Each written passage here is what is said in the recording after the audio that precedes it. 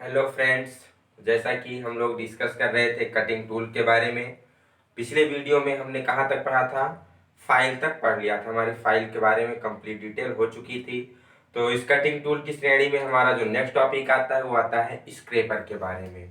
जैसा कि जो आजकल का आधुनिक युग है, इसमें जो मशीनों के पार्ट होते हैं बहुत अधिक परिशुद्धता में बनाए जाते हैं। जनरली क्या होता है, फाइलिंग करने के बाद या ग्राइंडिंग करने के बाद या मशीनिंग ऑपरेशन करने के बाद मशीनों के कुछ ऐसे पार्ट, कुछ ऐसी सरफेस, चाहे वो अंदरूनी हो या बाहरी हो, कुछ ना कुछ उसमें हाई स्पॉट रह जाते हैं जो कि हमें जनरल नग्न आंखों से दिखाई नहीं देते हैं। बट यदि इन्हें नहीं हटाया जाए तो ये क्या करते हैं, मशीन के चाल में रुकावट पैदा करते हैं और उसकी सरफेस भी खराब हो सकती है। जैसे लेथ बेड का एग्जांपल ले लीजिए, लास्ट में उसे हमें स्क्रैपिंग करना पड़ता है। लेथ बेड हो गया, सरफेस प्लेट हो गया, जो कि हाई एक्यूरेट फिनिश होते हैं। तो जो इसमें जो हाई स्पॉट बच जाते हैं मशीनिंग के बाद, उसे हम हटाने के लिए प्रयोग करते हैं स्क्रैपर। तो आइए देखते हैं आज के वीडियो में स्क्रैपर की कंप्लीट डिटेल्स।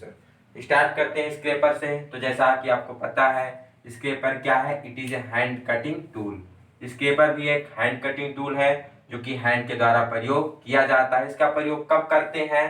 इसका प्रयोग हम जब करते हैं जैसे कोई मशीनिंग सरफेस है, मशीनिंग करने के बाद, मशीनिंग मतलब फाइलिंग है या ग्राइंडिंग है, उसके करने के बाद भी जब उसमें कुछ हाई स्पॉट बच जाते हैं तो उस हाई स्पॉट को रिमूव करने के लिए हम प्रयोग करते हैं स्क्रैपर का।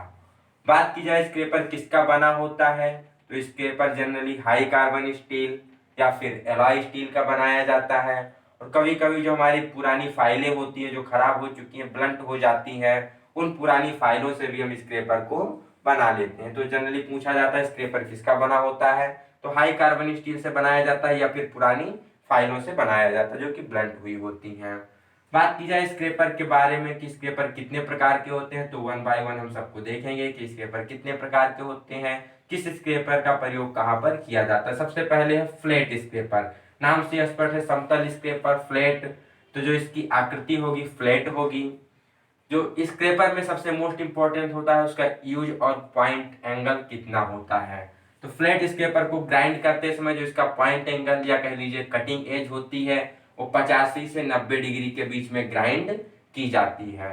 अगर आपको 85 से 90 डिग्री नहीं दिया गया है तो वहां एक ऑप्शन कभी कभी दिया जाता है 81 डिग्री, 81 डिग्री भी ऑप्शन में मिलता है। तो अकॉर्डिंग टू ऑप्शन आप जा सकते हैं कि फ्लैट स्क्रैपर के कटिंग एज को कितने डिग्री पे ग्राइंड किया जाता है, तो 85 से 90 डिग्री पर, या फिर अगर ऑप्शन में 81 डिग्री स्टैंडर्ड दिया है तो 81 डिग्री पर भी ग्राइंड किया जाता है। जो इसकी स्क्रैपर की कटिंग एज होती है फ्लैट स्क्रैपर की, थोड़ी कन्वेक्स शेप में ग्राइंड की जाती है जिससे कि हमें ज्यादा फोर्स ना लगाना पड़े, मटेरियल इजी से रिमूव होता रहे।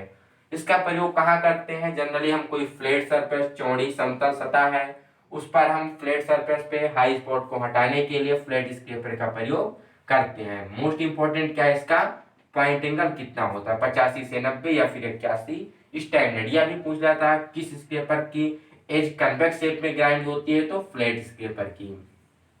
तो नेक्स्ट आता है इसमें हुक स्क्रैपर है। हुक स्क्रैपर भी लगभग फ्लैट स्क्रैपर के जैसा ही होता है। अंतर इतना होता है जो इसकी कटिंग एज होती है वो 90 डिग्री पर मुड़ी होती है। जो इसकी कटिंग एज होगी, पॉइंट होगा, वो 90 डिग्री पर थोड़ा मुड़ा हुआ होगा। इसका प्रयोग हम कहाँ करते हैं? इसका प्रयोग करते हैं लार्ज फ्लैट सरफेस पर, जहां पर आपका फ्लैट स्क्रैपर प्रयोग नहीं किया जाता है, वहां पर काफी जो चौड़ी सतह होती है वहां पर हम हुक स्क्रैपर का प्रयोग करते हैं। किस पर? लार्ज फ्लैट सरफेसेस पर। नेक्स्ट इसमें आता है हाफ राउंड स्क्रैपर। कई बार पूछा गया है कि हाफ राउंड स्क्रैपर को और किस नाम से जानते हैं, या फिर बियरिंग स्क्रैपर का दूसरा नाम क्या है। तो हाफ राउंड स्क्रैपर को क्या कहते हैं? बियरिंग स्क्रैपर भी कहते हैं। कई बार पूछा गया बियरिंग स्क्रैपर क्यों कहते हैं, क्योंकि जो हाफ राउंड स्क्रैपर है इसका जो हम प्रयोग करते हैं, जनरली हम जो प्लेन बियरिंग होती है इसकी कर्व सरफेस को स्क्रैपिंग करने के लिए प्रयोग करते हैं, तो इसीलिए हम इसे हाफ राउंड स्क्रैपर या बियरिंग स्क्रैपर कहते हैं। इसकी अगर पॉइंट एंगल की या कटिंग एज की बात की जाए कि ये कितने डिग्री पे ग्राइंड होता है, तो 45 से 60 डिग्री के बीच में कोई भी स्टैंडर्ड एंगल हो सकता है। जो रेंज होती है वो 45 डिग्री से 60 डिग्री के बीच में हाफ राउंड स्क्रैपर को ग्राइंड किया जाता है। शेप की बात की जाए तो ऑब्वियसली बात है कि हाफ राउंड शेप में उपलब्ध होगा। प्रयोग कहाँ करेंगे? जो प्लेन बियरिंग होती है उसकी जो कर्व सरफेस होती है उसके स्क्रैपिंग के लिए। नेक्स्ट आता है इसमें ट्रायंगुलर स्क्रैपर, बहुत मोस्ट इंपोर्टेंट, कई बार एग्जाम में पूछा गया है कि the other name of triangular scraper that is three square scraper. Triangular scraper को और किस नाम से जानते हैं तो थ्री स्क्वायर स्क्रैपर। इसमें कितनी, 3 कटिंग एजें होती हैं। तो ट्रायंगुलर स्क्रैपर को और किस नाम से जानते हैं, ट्रायंगुलर स्क्रैपर को हम थ्री स्क्वायर स्क्रैपर के नाम से भी जानते हैं। आपको जो इसके फिगर्स हैं आपको वीडियो के नीचे पीडीएफ में मिल जाएगी, तो एक बार जाके वीडियो को देखने के बाद सारे फिगर को देख के कंफर्म कर ले कौन सा स्क्रैपर कहाँ पर प्रयोग किया जाता है, किस शेप में होता है। तो थ्री स्क्वायर स्क्रैपर के अगर एंगल की बात की जाए सॉरी फ्रेंड, जो इसका कटिंग एंगल होता है वो 55 से 60 डिग्री में ग्राइंड किया जाता है। हाफ राउंड स्क्रैपर और ट्रायंगुलर स्क्रैपर के कटिंग एंगल में कई बार कंफ्यूजन होती, तो क्लियर कर लीजिए।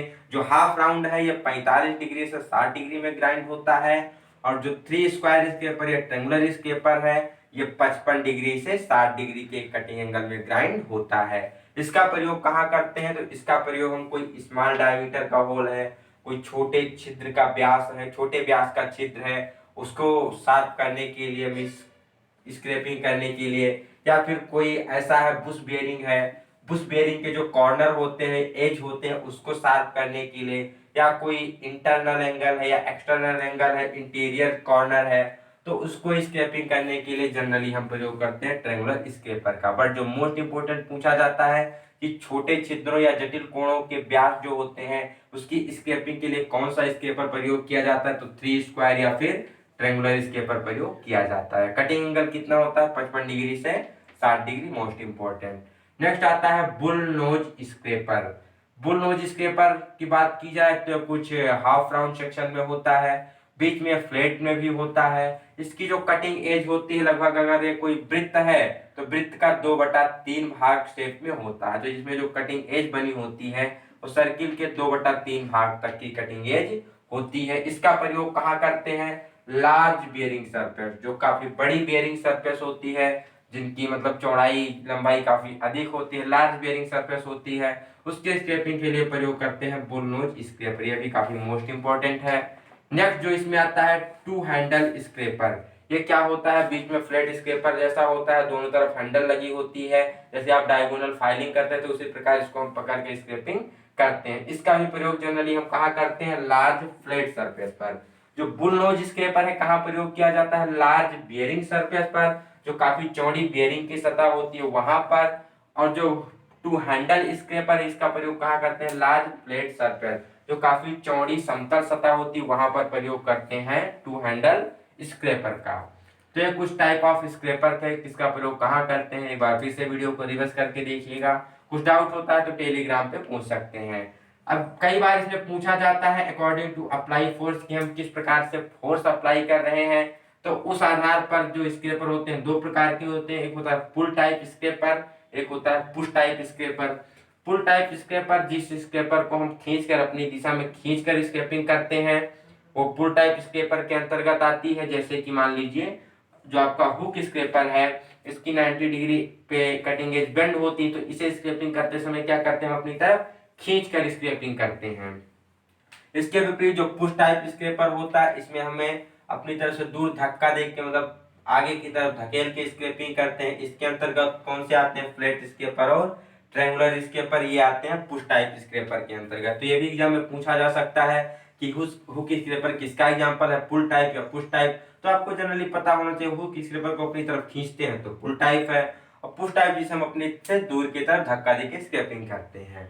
नेक्स्ट आता है कि जब हम किसी भी सतह की स्क्रैपिंग कर रहे होते हैं या किसी जो आपकी फ्लैटनेस वगैरह चेक करते हैं स्क्रैपिंग करने के बाद, तो सरफेस प्लेट पे क्या अप्लाई करना चाहिए, तो पर्सियन ब्लू या फिर रेड लेड को हम क्या करते हैं सरफेस प्लेट की सतह पर अप्लाई कर देते हैं। उसके बाद हम चेक करते हैं कि हमारी सरफेस फिनिश हो गई या नहीं हो गई, तो क्या अप्लाई किया जाता है, पर्सियन ब्लू या फिर रेड लेड। नेक्स्ट क्या है, स्क्रैपर को प्रयोग करते समय उसे हमें जनरली 30 डिग्री एंगल पे झुका के प्रयोग करना चाहिए।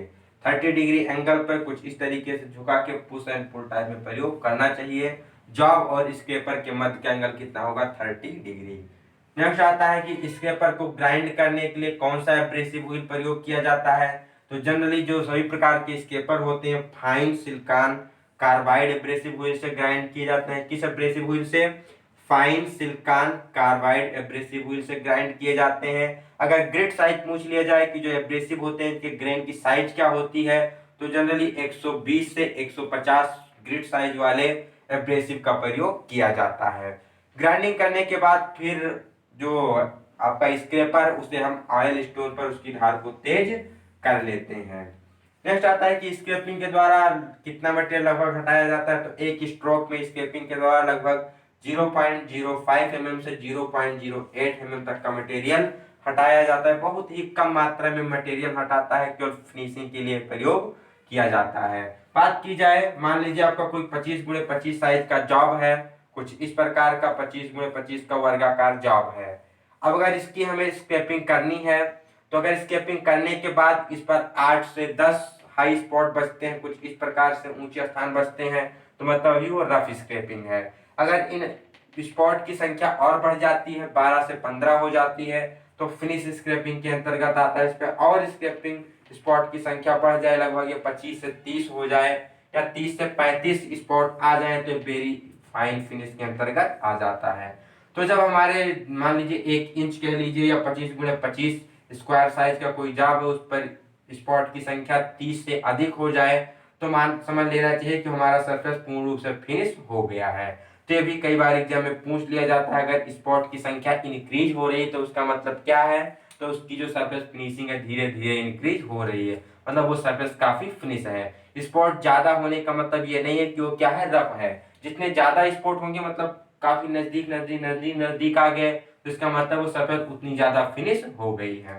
तो आशा करते हैं ये वीडियो आपको समझ में आया होगा। अगर कोई डाउट होता है तो आप टेलीग्राम चैनल पे पूछ सकते हैं। मिलते हैं नेक्स्ट वीडियो में, तब तक के लिए अपना ख्याल रखिए। Have a good day, best of luck.